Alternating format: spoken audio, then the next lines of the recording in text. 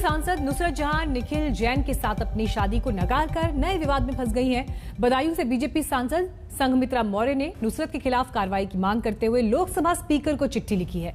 मौर्य का आरोप है कि नुसरत ने अपनी वैवाहिक स्थिति को लेकर संसद से और जनता से झूठ बोला और इसीलिए उन पर कार्रवाई होनी चाहिए।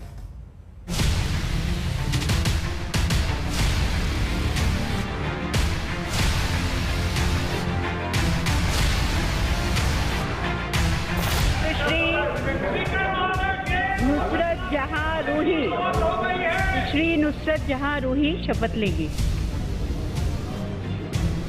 अस्सलाम वालेकुम, नमस्कार। आमी नुसरत जहां रूही जैन। आमी नुसरत जहां रूही जैन पश्चिम बंगाल के बसीरहाट से सांसद नुसरत जहां ने 25 जून को इसी नाम से लोकसभा की सदस्यता की शपथ ली थी। हाथों में मेहंदी, माथे पर सिंदूर, हाथों में चूड़ा, बिल्कुल नवविवाहिता की तरह संसद पहुंची थीं तृणमूल कांग्रेस की सांसद। यही तस्वीर अब नुसरत जहां के लिए मुसीबत का सबब बन सकती है। यहां तक कि नुसरत जहां की संसद की सदस्यता भी खतरे में पड़ सकती है। आमी नुसरत जहां रूही जैन। उत्तर प्रदेश के बरेली से बीजेपी सांसद संघमित्रा मौर्य ने लोकसभा स्पीकर ओम बिरला को भेजी है एक चिट्ठी। 19 जून को भेजी इस चिट्ठी में संघमित्रा ने नुसरत जहां पर अपनी वैवाहिक स्थिति को लेकर गलत जानकारी देने का आरोप लगाते हुए स्पीकर से टीएमसी सांसद के खिलाफ एक्शन लेने की मांग की है। ममता बनर्जी या उनकी सरकार या टीएमसी नेता की किसी गलती पर हमला बोलने से बीजेपी नहीं चूकती है। इस बार मामला नुसरत जहां का शादी विवाद है और इस शादी विवाद के चलते उनकी सदस्यता को रद्द करने को लेकर बीजेपी सांसद लोकसभा स्पीकर के दरवाजे तक पहुंच गए हैं। बीजेपी सांसद संघमित्रा मौर्य की ये चिट्ठी देख लीजिए। अंग्रेजी में भेजी इस चिट्ठी में बदायूं की सांसद ने लिखा है, पश्चिम बंगाल के बसीरहाट विधानसभा क्षेत्र से मौजूदा सांसद नुसरत जहां रूही के अमर्यादित, गैर कानूनी और अनैतिक कृत्य की तरफ आपका ध्यान खींचना चाहती हूं। लोकसभा की वेबसाइट में श्रीमती नुसरत जहां को विवाहित दिखाया गया है। प्रोफाइल में उनके पति का नाम श्री निखिल जैन और विवाह की तारीख 19 जून 2019 दर्ज है। यहाँ ये बताना जरूरी है कि वेबसाइट पर जो जानकारी दी गई है वो संबंधित सांसद की तरफ से दी गई सूचना पर आधारित है। इसकी तस्दीक इस तथ्य से भी हुई कि 25 जून 2019 को अपने शपथ ग्रहण समारोह में उन्होंने अपना नाम नुसरत जहां रूही जैन बताया। शपथ समारोह में वो नवविवाहिता वाले शादी के जोड़े में पहुंची थी। जब कुछ मुसलमानों ने गैर मुस्लिम से शादी करने और सिंदूर लगाने को लेकर उन पर हमला किया था तो पार्टी लाइन से ऊपर उठकर सांसदों ने उनका बचाव किया था। अगर मीडिया रिपोर्ट्स पर यकीन करें तो नुसरत जहां की रिसेप्शन पार्टी में पश्चिम बंगाल की सीएम ममता बनर्जी भी शामिल हुई थी। लेकिन एक नाटकीय घटनाक्रम में 9 जून 2021 को श्रीमती नुसरत जहां ने एक बयान जारी कर अपनी वैवाहिक स्थिति को मिथ्या करार दिया। यानी वो स्वीकार कर रही हैं कि उन्होंने लोकसभा सचिवालय को गलत जानकारी दी। चिट्ठी में आगे क्या लिखा है वो हम बताएंगे। पहले लोकसभा की वेबसाइट पर नुसरत जहां का परिचय देख लीजिए।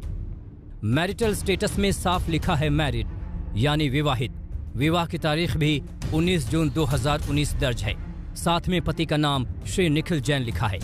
बताने की जरूरत नहीं कि नुसरत जहां की तरफ से दी गई जानकारी के आधार पर ही लोकसभा की वेबसाइट पर ये जानकारी दर्ज है। नुसरत जहां के खिलाफ अब इसी को संघमित्रा मौर्य ने हथियार बनाया है।